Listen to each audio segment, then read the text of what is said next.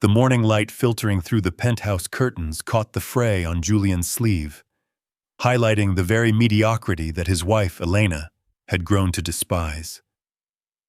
She adjusted her Cartier watch, her mind already on a man who wore ambition like a second skin, completely unaware that the husband quietly buttering his toast was the architect of the merger she was terrified to face. It is a dangerous thing to mistake silence for submission, for there are secrets that, once spoken, can dismantle a life faster than any affair. If you find yourself drawn to stories where the quietest person in the room holds the loudest truth, and where regret comes too late to save a heart, stay with me because we are just beginning to peel back the layers. The silence in the penthouse was not peaceful. It was expensive. It was the kind of silence engineered by triple-paned glass overlooking Central Park, designed to keep the grime and the noise of Manhattan at bay. Elena Vance stood before the floor-to-ceiling mirror in the foyer, her reflection sharp and terrifyingly perfect. The charcoal pencil skirt was tailored to within an inch of its life, her silk blouse the color of a stormy sea. She applied her lipstick like war paint, crimson victory. Today was the preliminary audit. If she nailed this, the partnership was hers. If she failed, she would remain a director, a title that felt increasingly like a participation trophy in the Shark Tank that was Sterling Hale. "Coffee?" The voice came from the kitchen, soft and unhurried. Elena didn't turn around immediately. She capped her lipstick, letting out a microscopic sigh. "To go, please, Julian. I'm already 10 minutes behind." She walked into the open-concept kitchen, the click of her heels on the marble echoing like gunshots. Julian was there, standing by the espresso machine. He was wearing that gray cardigan again, the one with the loose thread at the elbow. He looked comfortable, soft. He looked like a man who had nowhere to be and no one to impress. It irritated her. "I put a little cinnamon in it," Julian said, turning to her with a travel mug. His eyes were warm, a muddy hazel that used to remind her of earth and safety. Now they just reminded her of stagnation. "And I packed you a protein bar.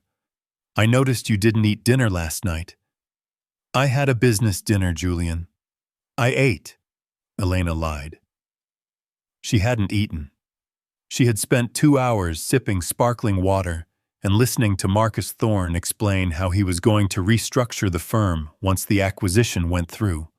Marcus, who wore Tom Ford suits and smelled of cedar and power. Marcus, who made her feel like a weapon, whereas Julian made her feel like a wife. "Right," Julian said, his voice level. He handed her the mug. Their fingers brushed. His hand was warm. Hers was ice cold.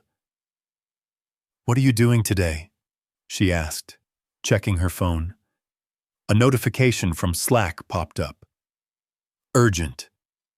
Thorne wants the Q3 projections." Her heart skipped a beat, not out of fear, but excitement. "I have a few consulting calls," Julian said, leaning back against the granite counter. "And I might go to the gallery. That exposition on modern industrialism is closing soon." Elena suppressed an eye roll. Consulting calls. Julian called himself a freelancer, helping nonprofits and small startups with their logistics. It paid the bills barely, but it lacked the adrenaline, the kill, the status.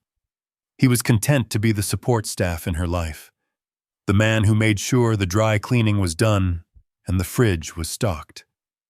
"That sounds nice," she said, the word dripping with unintentional condescension. "Listen, don't wait up for me tonight. The audit prep is going to go late. Marcus, Mr. Thorne, needs me to run the risk analysis for the new buyers." Julian paused. He picked up his own mug, a chipped ceramic thing he'd had since college. Marcus Thorne, he repeated, testing the name as if it tasted sour. You're spending a lot of time with him lately. Elena stiffened. She turned to him, her eyes narrowing. He is the senior partner, Julian. He is the one who decides if I get promoted. It's called networking. It's called a career. You remember what that is, right? It was a low blow. She knew it as soon as it left her mouth. Julian had an MBA from Wharton, same as her. He had been brilliant once, years ago, before he walked away from a toxic environment to pursue a balanced life. To Elena, balance was just a synonym for quitting. Julian didn't flinch. He didn't yell. He just took a sip of his coffee, his gaze drifting over her shoulder to the skyline outside. I remember, Elle. I just want to make sure you know who you're working for. Thorne has a reputation for using assets until they depreciate. I am not an asset, Elena snapped, grabbing her briefcase. I am a strategist, and I can handle Marcus. I'm sure you can, Julian said quietly. Her phone buzzed again. A text message this time. Marcus. Wear the navy heels. The investors like aggressive. A flush of heat went up Elena's neck. It was inappropriate. It was thrilling. It made her feel seen in a way Julian's cinnamon coffee never could. She looked at her husband one last time. He looked so small in that vast, expensive kitchen that her salary paid for. He seemed unimportant, a background character in the movie of her life. Fix the leak in the guest bathroom if you have time, she commanded, not waiting for a response. And Julian, maybe buy a new sweater. We might have a dinner with the partners next week if this goes well. You need to look presentable. Julian looked down at his frayed sleeve. Then he looked up at her, his expression unreadable. It wasn't anger. It wasn't sadness. It was a strange, terrifying calm. Good luck today, Elena, he said. Be careful what you sign. I always am, she said, and walked out the door. The heavy oak door clicked shut, locking automatically. Inside the apartment, the air shifted. The softness evaporated from Julian's posture. He set the chipped mug down on the counter with a precise, heavy thud. He didn't look like a freelance consultant anymore. He walked over to the window, watching his wife emerge from the building and climb into the black town car waiting below. He pulled a phone from his pocket, not the cracked iPhone he used around her, but a sleek, encrypted BlackBerry that hadn't been sold on the consumer market in years. He dialed a number. It's me, Julian said, his voice dropping an octave, stripping away the gentle husband persona to reveal something cold and iron-hard beneath. Good morning, sir, a voice answered instantly on the other end. Are we still on schedule for the acquisition? Accelerate it, Julian said, watching the town car disappear into the morning traffic. And tell the board I'll be leading the transition personally. It seems there are some personnel issues at Sterling Hale that require my direct attention. Understood. Shall we inform Mr. Thorne you're coming? No, Julian said, a dark ghost of a smile touching his lips. Let them think they're swimming with sharks. They need to be reminded what a leviathan looks like. He hung up, looked at the empty spot where his wife had stood moments ago, and unbuttoned the frayed cardigan. The elevator ride to the 42nd floor of the Sterling Hale building usually made Elena feel invincible. Today, it felt like ascending to the gallows. When the doors slid open, the chaos hit her immediately. It wasn't loud. Corporate panic rarely is, but the air was thick with the scent of nervous sweat and overheated copiers. Junior analysts sprinted between cubicles with stacks of non-disclosure agreements, and the usual hum of polite conversation had been replaced by a tense, vibrating silence. The rumors about the ghost account were no longer rumors. The hostile takeover was happening. Elena dropped her bag at her desk and barely had time to turn on her monitor before Marcus Thorne's assistant appeared. "He wants to see you. Now." Elena smoothed her skirt, checking her reflection in the darkened computer screen. She looked professional, sharp, not a hair out of place. She forced herself to forget the image of Julian in his cardigan, holding that ridiculous mug. That world was soft. This world required armor. Marcus's office was a corner suite that felt more like a throne room. 2 walls were entirely glass, offering a panoramic view of the Hudson River. Marcus stood by the window, his back to the door, talking on a headset. He was tall, broad-shouldered, wearing a navy suit that fit him with predatory precision. He ended the call and turned as she entered, his eyes locking onto hers. "Close the door, Elena." She obeyed. The click of the latch severed them from the rest of the office. The silence here was different from the penthouse. It was charged, electric.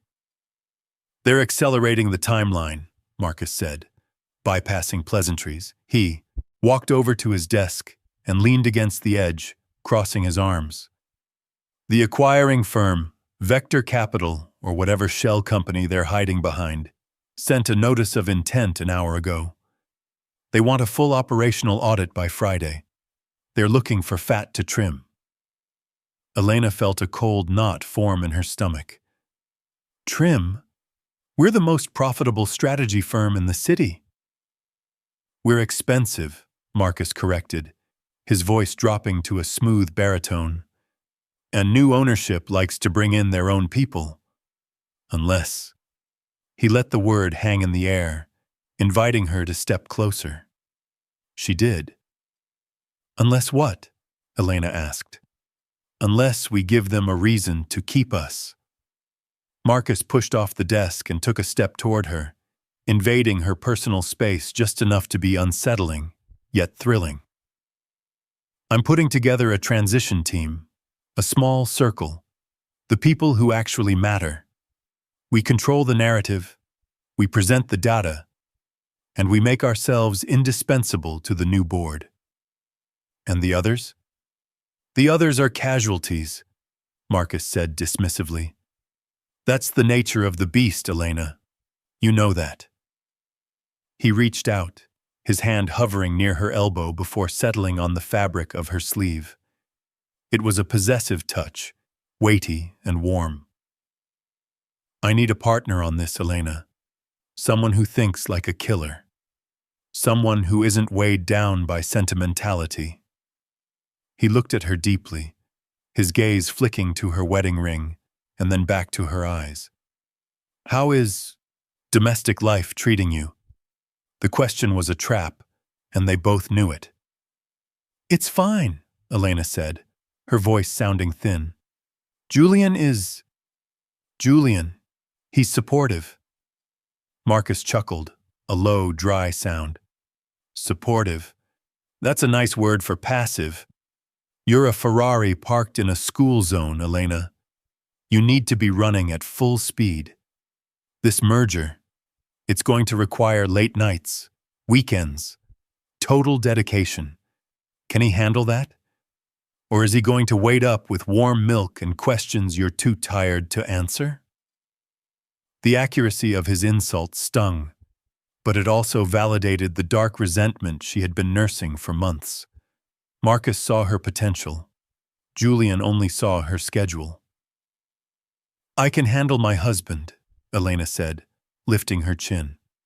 "I want to be on the team, Marcus. I want to survive this." Marcus smiled, a slow spreading of lips that didn't quite reach his eyes. "Survival isn't the goal, Elena. Dominance is. Stick with me, and you won't just keep your job.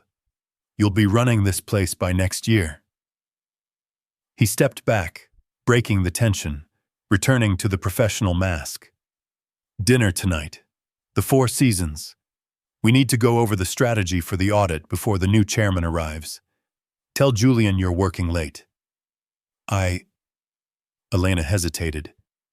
It's Tuesday. We usually watch. Elena. Marcus cut her off, his voice hardening. Do you want to watch TV or do you want a seat at the table? The choice was laid bare. On one side, the comfort of the known, the fraying cardigan, the safety of mediocrity.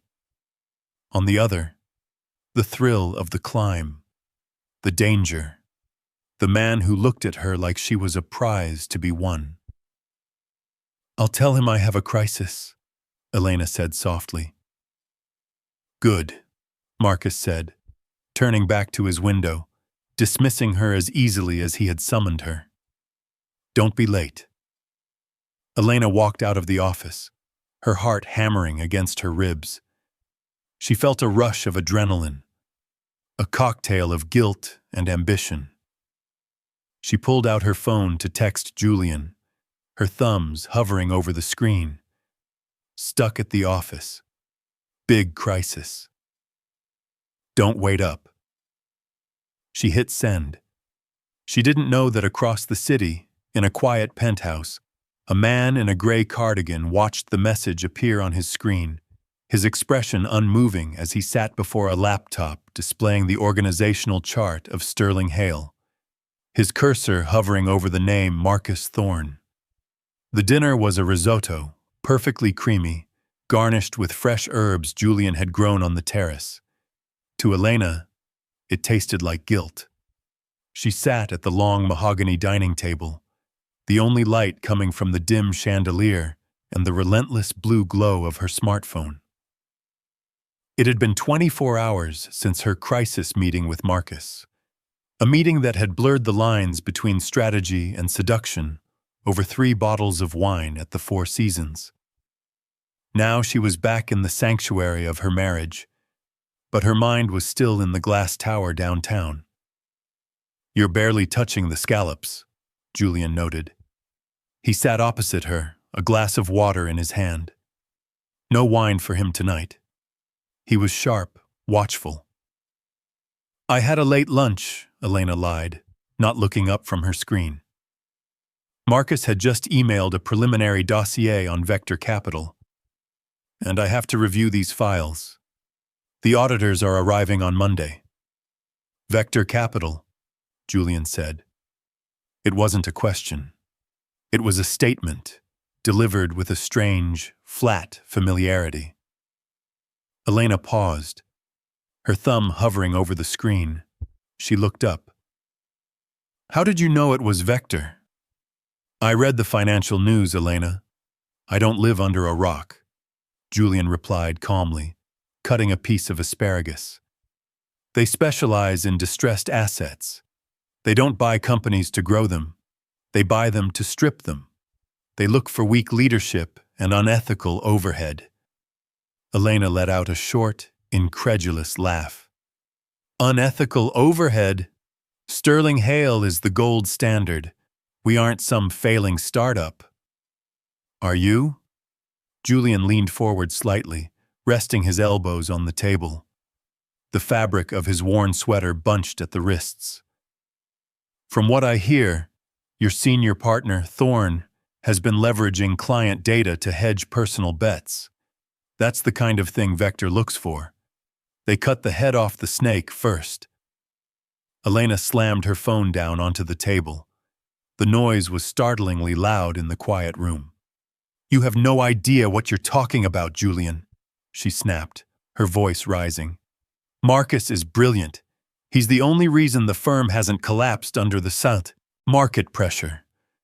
You sit here in your apartment, reading blogs and making risotto, thinking you understand high-stakes corporate restructuring.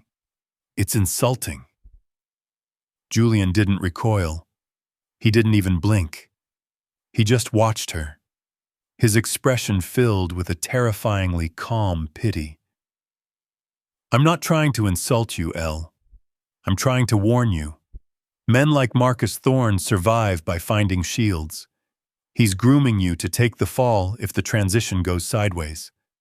He is grooming me for partner, Elena shouted, standing up. She grabbed her wine glass, her hand shaking. He values me. He sees my ambition. Unlike you, he doesn't want me to slow down and smell the roses. He wants me to win. The silence that followed was heavy, suffocating. Julian looked at his wife, really looked at her, as if he were memorizing a face he might not see again. "Is that what you think I want?" Julian asked softly. "For you to lose?" "I think you're afraid," Elena said, her voice dripping with cruel honesty. "I think you're afraid that if I keep climbing, I'll realize just how small your world is. And you're right. I am realizing it." She expected him to fight back. She wanted him to fight back. If he yelled, she could justify her anger. If he screamed, she could justify the night she spent lingering in Marcus's car. But Julian did nothing. He stood up slowly, picked up his plate, and walked toward the kitchen. "Be careful, Elena," he said, his back to her. "The view from the top is beautiful, but the drop is fatal if you're standing on a cracked ledge." "I don't need your metaphors, Julian," she called after him. "I need you to clear the table. I have work to do." Julian stopped in the doorway. He didn't turn around. "Leave the dishes," he said. "I'll handle the mess. I always do."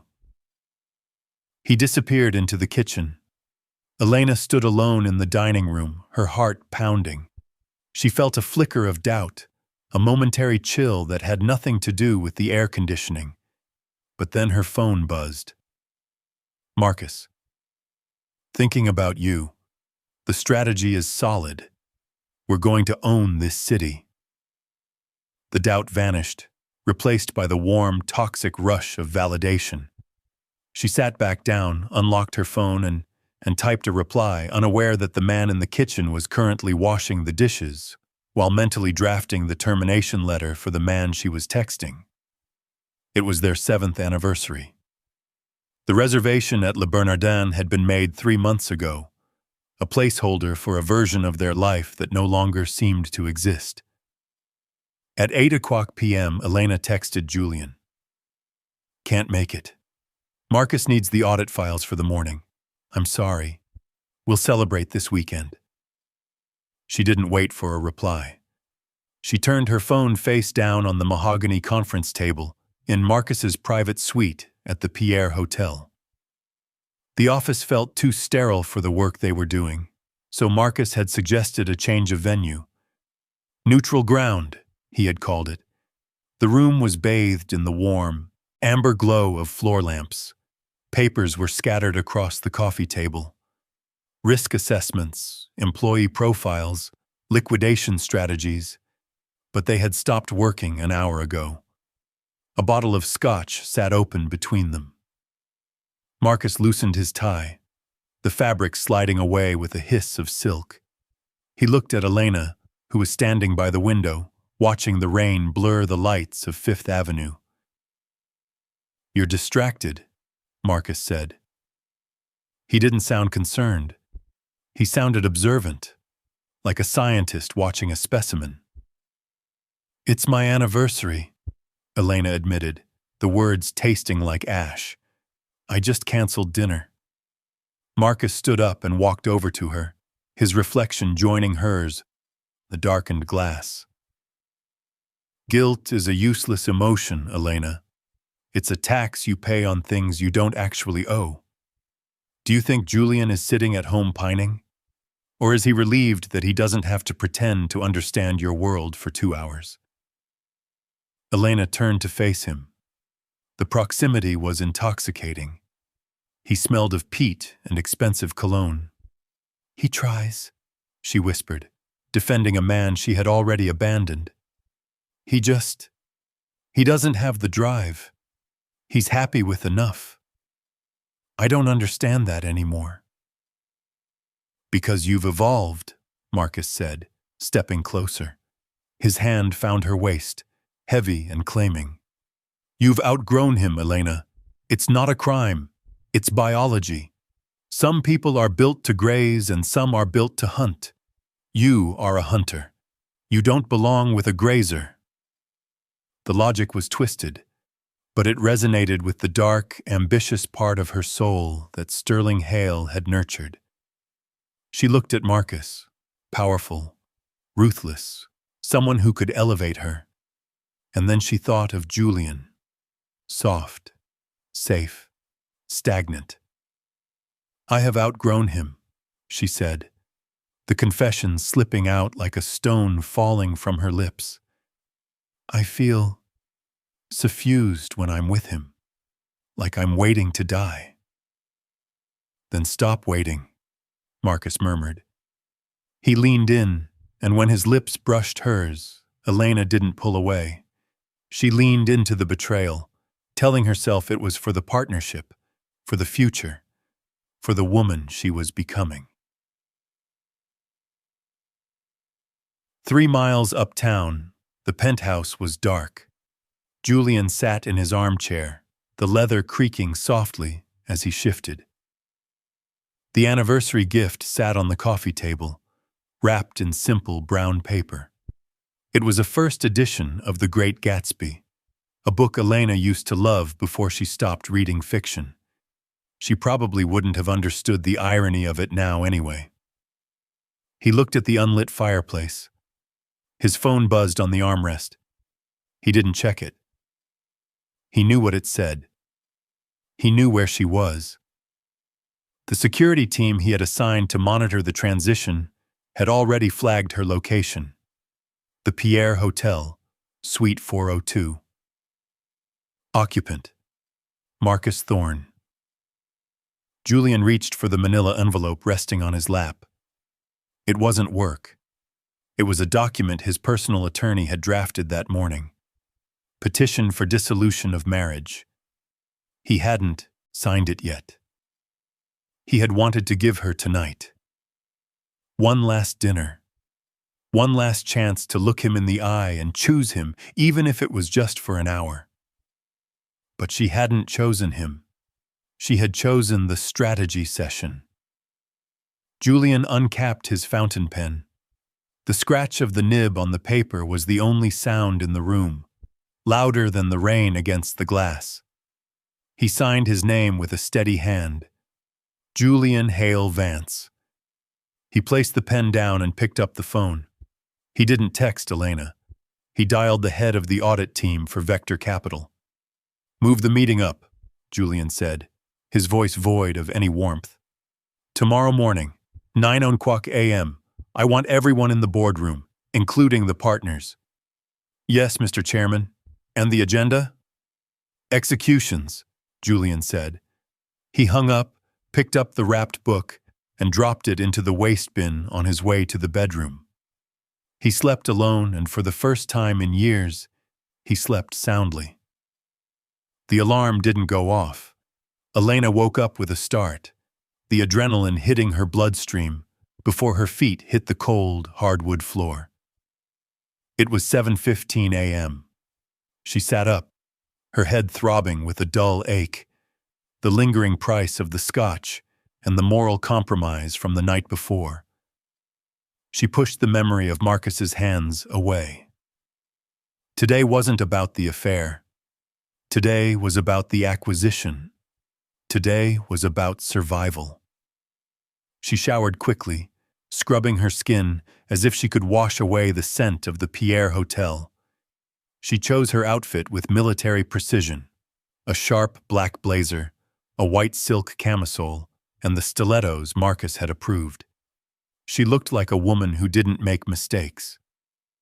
She walked into the kitchen, expecting the usual sensory routine, the hiss of the espresso machine, the smell of toast, the soft murmur of NPR playing on the smart speaker. There was nothing. The kitchen was pristine. The granite counters were wiped clean. The coffee machine was cold and dark. There was no mug waiting for her, no protein bar. Julian? Her voice sounded small in the cavernous space. She checked the guest room, then the terrace. The apartment was empty. A flicker of irritation rose in her chest. Today of all days, she thought. He chooses today to stop playing house husband? She assumed he was sulking about the missed anniversary dinner. It was petty, she decided. It was exactly why she couldn't rely on him. She grabbed a bottle of water from the fridge and noticed something missing. The magnetic whiteboard where Julian usually wrote grocery lists or little notes, buy milk, love you, dry cleaning ready, was wiped clean. Stark white. She didn't have time to analyze it. Her phone was blowing up. Marcus, get here, now. The lawyers are already in the conference room. The vibe is wrong. Elena frowned. The vibe is wrong. That didn't sound like the master of the universe she had been with last night. She took the elevator down, her heels clicking rhythmically. She ordered an Uber Black, checking her makeup in the rearview mirror. You are ready, she whispered to her reflection. You are the strategy. When she arrived at Sterling Hale, the atmosphere was funeral. The reception area was crowded with strangers, men and women in severe gray suits, carrying briefcases with the logo VC embossed in silver. Vector Capital. They moved through the office like a demolition crew assessing a condemned building. They weren't speaking to the staff. They were inventorying them. Elena rushed past the bullpen, ignoring the terrified looks of the junior analysts, and made a beeline for Marcus's office. She found him pacing. He looked different than he had 12 hours ago. The confidence was brittle. He was sweating. A thin sheen on his upper lip that no amount of expensive foundation could hide. Where have you been? Marcus snapped as she entered. I'm on time, Elena said, closing the door. What's going on? Who are these people? The transition team, Marcus said, running a hand through his hair. They locked the server room, Elena. They locked us out of our own data at 6:00 a.m. I can't access the client files. That's standard for a hostile takeover, isn't it? Elena asked, trying to keep her voice steady. They're securing the assets. No, Marcus hissed, turning to her. His eyes were wide, frantic. You don't understand. They aren't just securing assets. They're looking for the leak. Someone tipped them off about the hedge fund reallocation. If they find the paper trail... He trailed off, but the implication hung in the air like smoke. If they found the paper trail, Marcus wasn't just fired, he was liable. And Elena, his partner, would be collateral damage. We stick to the script, Elena said, grabbing his arm, forcing him to look at her. We are the top earners. We control the client relationships. They can't fire us without tanking the stock price. We walk into that boardroom, we present the transition plan, and we show them that Sterling Hale is worthless without us. Marcus looked at her, and for a second, she saw fear. Naked, ugly fear. Then he swallowed it, putting the mask back on. Right, he said, straightening his tie. Right. We are indispensable. The intercom on his desk buzzed. Mr. Thorne? Ms. Vance? The assistant's voice was trembling. They're ready for you in the main boardroom. The chairman has arrived. The chairman? Elena asked. I thought it was a board representative. Apparently, Marcus said, walking toward the door, the owner of Vector Capital decided to handle this personally. Elena followed him out. As they walked down the long corridor toward the double glass doors of the boardroom, she felt a strange sense of déjà vu. The silence in the hallway reminded her of the kitchen this morning. Cold. Clean. Empty. She reached for the door handle. her hand steady, her mind focused on the victory ahead, completely unaware that the man waiting on the other side of the glass was the same man she had left behind in the dust of her song. Ambition. The boardroom of Sterling Hale was designed to intimidate. A 50-foot table of polished obsidian, surrounded by Eames chairs, encased in glass walls that offered a view of the city the firm claimed to own. When Marcus pushed the doors open, the air inside was 10 degrees cooler than the hallway. The room was already full. 6 lawyers from Vector Capital sat on the left, their laptops open, their faces impassive. A stenographer sat in the corner. But the presence that sucked the oxygen out of the room came from the figure sitting at the head of the table. The chair was high-backed, shielding the occupant. All Elena could see was a hand resting on the dark stone of the table. A hand wearing a watch that wasn't the modest Seiko Julian wore, but a Patek Philippe that cost more than her annual bonus. Marcus strode forward, his chest puffed out, the alpha male entering his territory. "Gentlemen," Marcus announced, his voice booming, "I'm Marcus Thorne. This is Elena Vance, my director of strategy. We're here to facilitate the transition, but I must insist on seeing the credentials of your chairman before we hand over any sensitive data." It was a power move, a bluff. The chair at the head of the table slowly swiveled. Elena stopped walking. Her breath hitched in her throat, a physical spasm that felt like a punch to the sternum. The world tilted on its axis. The man sitting there was wearing a charcoal 3-piece suit, tailored to perfection. His hair was styled back, sharp and severe. There was no softness in his face, no warmth, no trace of the man who buttered toast and fixed leaks. "Credentials," the man said. His voice was familiar, yet utterly foreign. It lacked the gentle timbre she knew. It was steel wrapped in velvet. "Julian?" Elena whispered. The name escaped her lips before she could stop it. It sounded ridiculous in this room. Marcus froze. He looked from Elena to the man at the head of the table, a confused smirk forming on his face. "Excuse me? This is your husband? What is he doing here?" Marcus turned his aggression toward Julian, laughing incredulously. "Look, buddy, I don't know how you got past security, but this is a closed meeting. You need to leave before I have you escorted out." The lawyers on the left didn't move. They didn't look at Marcus. They looked at Julian. Julian didn't stand up. He didn't blink. He simply tapped his finger on the file in front of him. "Mr. Thorne," Julian said, his tone bored, "you are currently speaking to the majority shareholder of Vector Capital. I suggest you sit down before you embarrass yourself further." "Bullshit," Marcus spat, though his voice wavered.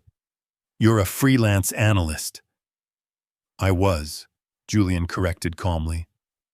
"I stepped down from the board 5 years ago to live a quiet life. A life I apparently overestimated." He let his eyes slide to Elena. The look he gave her was devoid of anger. It was worse. It was indifferent. It was the look a CEO gives a redundant line, item on a spreadsheet. "Please take a seat," Julian commanded. It wasn't a request. Elena's legs felt like lead. She sank into the nearest chair, her mind racing, trying to reconcile the image of her husband with the titan sitting before her. He owns Vector? He owns the company that is buying us? The realization crashed over her. Every dinner conversation she had ignored, every warning she had dismissed, every time she had called him unambitious. He hadn't been below her. He had been so far above her she couldn't even see the ceiling. Marcus sat down slowly, the color draining from his face as the reality of the lawyer's deference sank in. Let's begin, Julian said, opening the folder. I've reviewed the financials of Sterling Hale. On the surface, you're profitable. But beneath the surface, he paused, pulling out a single sheet of paper. It was the email printout, the one Marcus had sent Elena regarding the hedge fund allocation. There seems to be a significant amount of rot, Julian said. Specifically, the misappropriation of client funds for personal leverage. He slid the paper across the obsidian table. It stopped perfectly in front of Marcus. Explain this, Mr. Thorne, Julian said. And do try to be creative. I appreciate a good fiction. Elena looked at the paper, then at Marcus, then at the man she had vowed to love and cherish.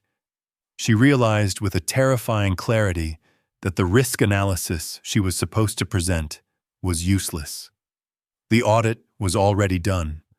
The judgment had already been passed. And the judge was the man she had left sleeping alone for the last 3 months. Marcus Thorne did not go quietly. He stared at the email on the table, his face flushing a deep, mottled red. The veins in his neck strained against his collar. This is fabricated, Marcus stammered, looking around at the silent lawyers for support. You think you can just walk in here? Some house husband playing dress-up and accuse a senior partner of fraud? I built this firm's revenue model. I am this firm. Julian didn't raise his voice. He didn't even look up from the file he was reading. He simply gestured to the lawyer on his right. Mr. Sterling, Julian said, please show Mr. Thorne Exhibit C. The lawyer slid a black external hard drive across the table. It spun to a stop next to Marcus's trembling hand. That drive contains the metadata from your private server, Julian explained, his tone clinical. It logs every transfer you made to the offshore accounts in the Cayman Islands. It also logs the timestamps. Interestingly, most of the transfers occurred during the hours you billed as client strategy sessions. Julian finally looked up, his eyes locking onto Marcus. You weren't building revenue, Marcus. You were skimming the cream. You're not a builder. You're a parasite. You can't prove that, Marcus hissed, though the fight was draining out of him. He looked at Elena, pleading silently for her to jump in, to use her brilliance to spin this, to save him. Elena sat frozen. Her mouth felt like it was full of cotton. She looked at Marcus, sweating, desperate, cornered, and saw him for the first time without the filter of her own ambition. He wasn't a titan. He was a thief in a suit, and she had traded her integrity for him. I don't need to prove it to a jury today, Julian said, closing the file. I just need to prove it to the board, which I have. As of 8:00 a.m. this morning, your partnership is dissolved. Security is waiting outside to escort you. Your personal effects will be mailed to you after they've been searched for company property. You can't do this, Marcus shouted, standing up, his chair scraping violently against the floor. It's done, Julian said. He didn't flinch. 2 large security guards in dark suits entered the room. They didn't need to touch Marcus. Their presence was enough.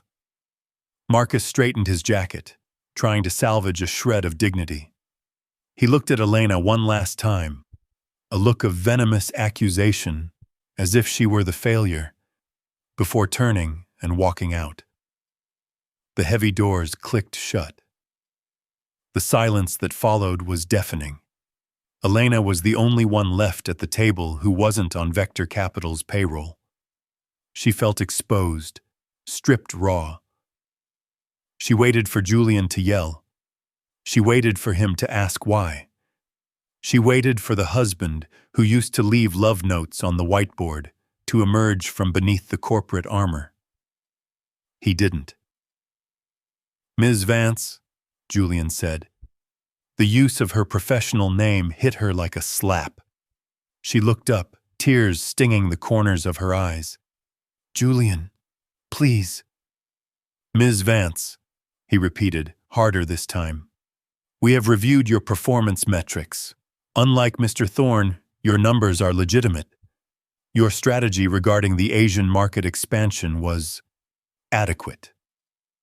"Adequate?" she whispered. It was the project she had poured 6 months of her life into.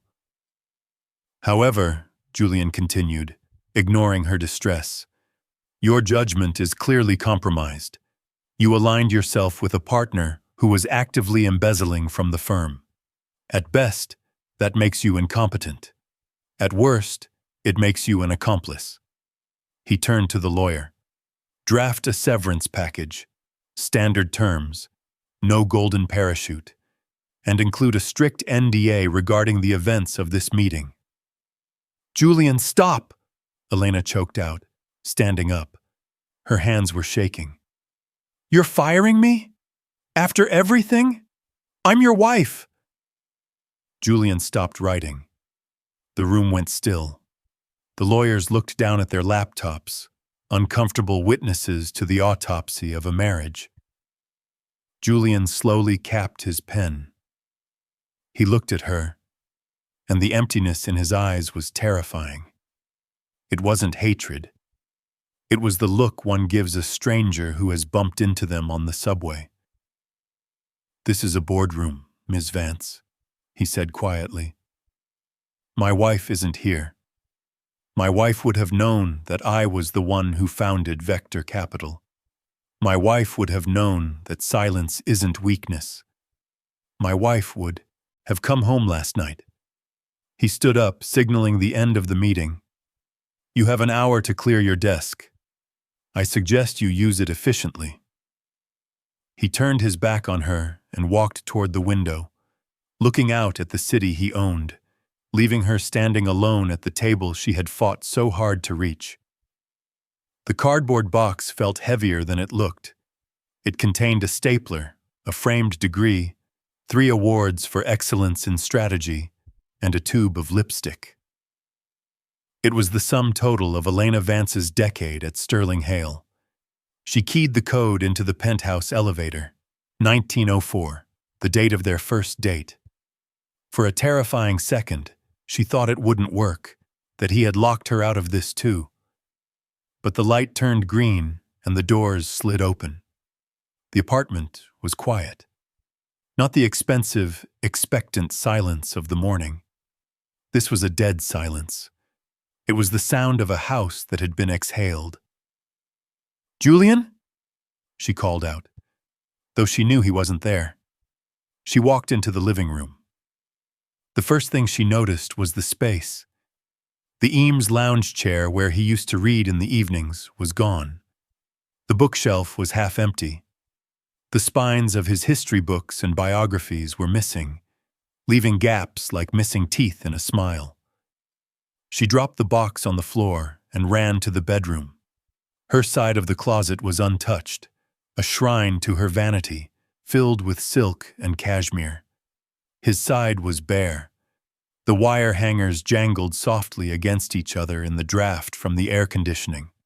The gray cardigans, the worn-out jeans, the suits he rarely wore, all gone. He hadn't just packed. He had erased himself. Elena walked back out to the kitchen, her chest heaving. She felt a panic rising, a clawing desperation that she hadn't felt in the boardroom.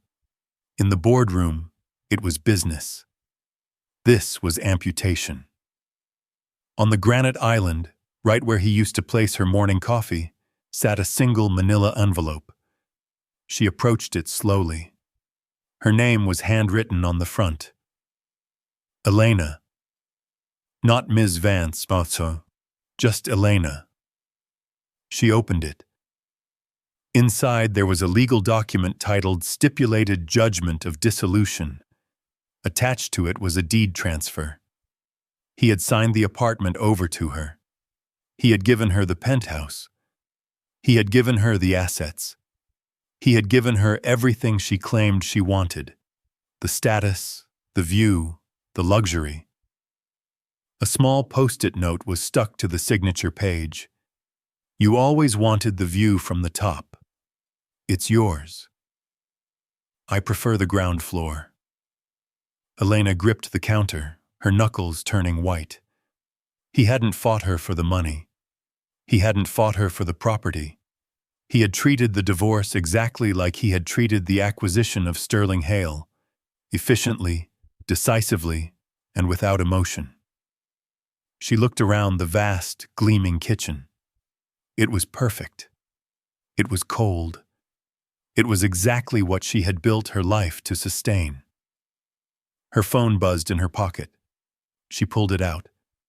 It was a LinkedIn notification. Job alert. Director of strategy roles available in Chicago. She laughed, a dry, cracking sound that echoed off the high ceilings. She had the title. She had the resume. She had the penthouse.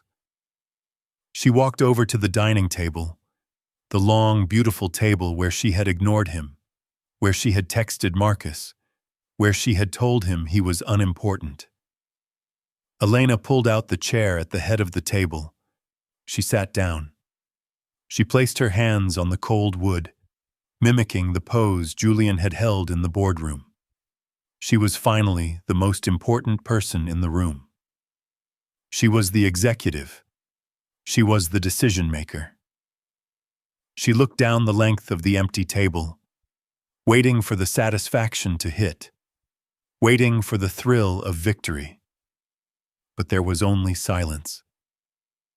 And in the reflection of the darkened window, she saw a woman sitting alone at the head of a table where no one would ever sit again. She closed her eyes, and for the first time in years, she didn't plan her next move. She just sat there, in the expensive dark, and let the weight of her success crush her.